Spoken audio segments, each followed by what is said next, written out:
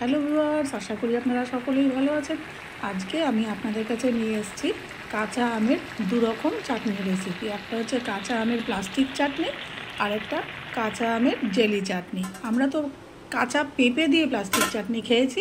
আমি আজকে আপনাদের করে দেখাচ্ছি কাঁচা আম দিয়ে কিভাবে প্লাস্টিক চাটনি করব। এটা খুব দুর্দান্ত স্বাদের একটা চাটনি রেসিপি। আপনারা স্টেপ বাই স্টেপ দেখতে থাকুন আমি কীভাবে করি। আমি কাঁচা আম নিয়েছি, খোসা ছাড়িয়ে নিয়ে আমি এরকম গ্রেট করে নিয়েছি।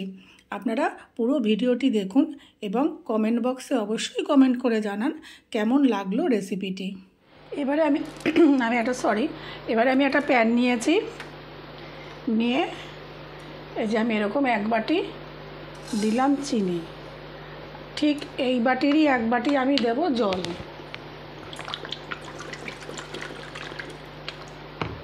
এই বাটিরই এক বাটি দিলাম হচ্ছে জল। এবার এটাকে আমি রস করব, একটা ঘন রস, হালকা আছে, এটা কিন্তু বেশি আঁচ দিলে পরে চিনিটা পুড়ে যাবে। হালকা আছে আমি এটাকে রস করব। এ দেখুন চিনির জলটা ফুটতে শুরু করেছে, রসটা হওয়া শুরু করেছে। এবার আমি দিয়ে দেব হাফ চামচ পরিমাণ বিট নুন, মানে কালা নমক যেটাকে বলে না সেটা।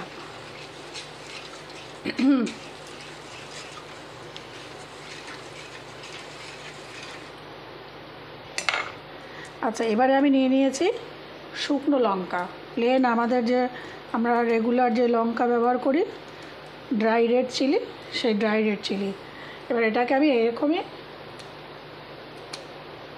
ছোটো ছোটো করে কুচি কুচি করে কেটে দিয়ে দেবো। এইটা কি করবেন, এটা আপনারা আপনাদের কী পরিমাণে ঝাল খাবেন সেই অনুযায়ী কেটে দেবেন।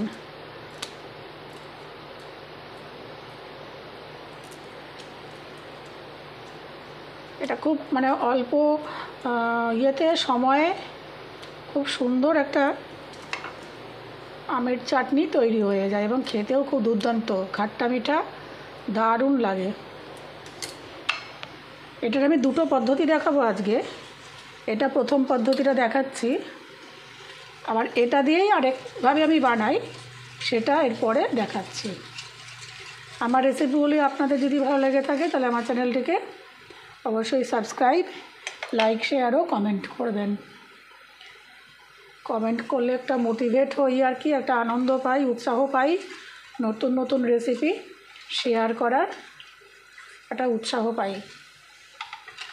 হয়তো অনেকেই জানেন এই রেসিপিগুলো, কিন্তু অনেকেই জানে না, যারা নিউ বিগিনার্স তারা হয়তো জানে না। আর এক এক রান্না, মানে রান্না একই, এক এক দেশের এক এক রাজ্যের রান্না এক এক রকম। একই মাছ আমি একভাবে রান্না করছি, অন্য রাজ্যে অন্যভাবে রান্না করছে। সেগুলো একটু শেয়ার করা যায় যদি আপনারা কমেন্ট করেন, তাহলে একটা উৎসাহ পাই।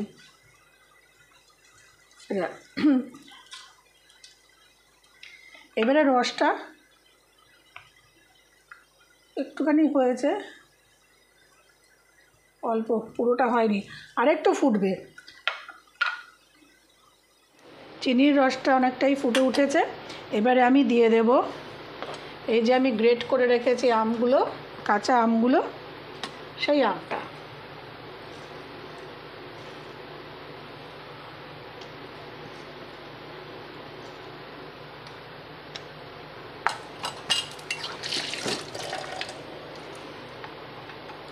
এবারে গ্যাসের ফ্লেমটা আমি একটু বাড়িয়ে নেব, বাড়িয়ে এটাকে নাড়াচাড়া করব।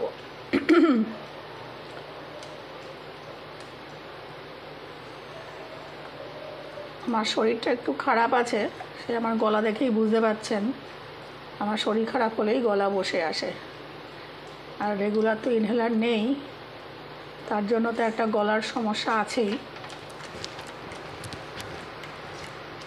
বেশিক্ষণ কথাও বলতে পারি না, কথা বলতে গেলে হাঁপ ধরে যায়। আমার কথা শুনে নিশ্চয়ই আপনারা এতদূরে বুঝতে পেরেছেন, এক নাগাড়ে কথা বলতে পারি না।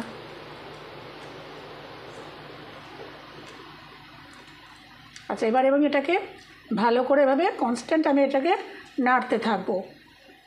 আর গ্যাসের ফ্লেম কিন্তু একদম হাইতে দেওয়া আছে, পুরো ঘন হয়ে আসবে। ফিরে আসছি এটাকে ঘন করে নিয়ে।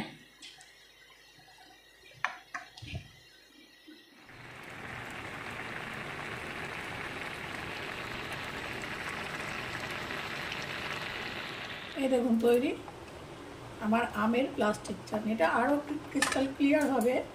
কী করতে হবে, এর মধ্যে আমি নামানোর আগে দিয়ে দেবো 1 চামচ ভিনিগার। ভিনিগারটা দিলে কি হবে, অনেক দিন থাকবেও, আর আরও ক্রিস্টাল হয়ে যাবে, আরও সাদা ভাবটা চলে আসবে। এটা গেল আমের প্লাস্টিক চাটনি। আমরা তো পেঁপের প্লাস্টিক চাটনি খাই, এটা হচ্ছে আমের প্লাস্টিক চাটনি। এরপরে চলে যাচ্ছি পরের স্টেপে। এটা একটু ঠান্ডা করে নেব, তারপরে চলে যাচ্ছি পরের স্টেপে। এবারে আমি একটা তাওয়া নিয়েছি, তাওয়ার মধ্যে নিয়ে নিলাম একটু 5 ফোড়ন, 1/2 চামচ জিরে, আর 1/2 চামচ আস্ত ধনে। এটাকে আমি ভালো করে ভেজে নেব, ভেজে ঠান্ডা করে গুঁড়ো করে নেব।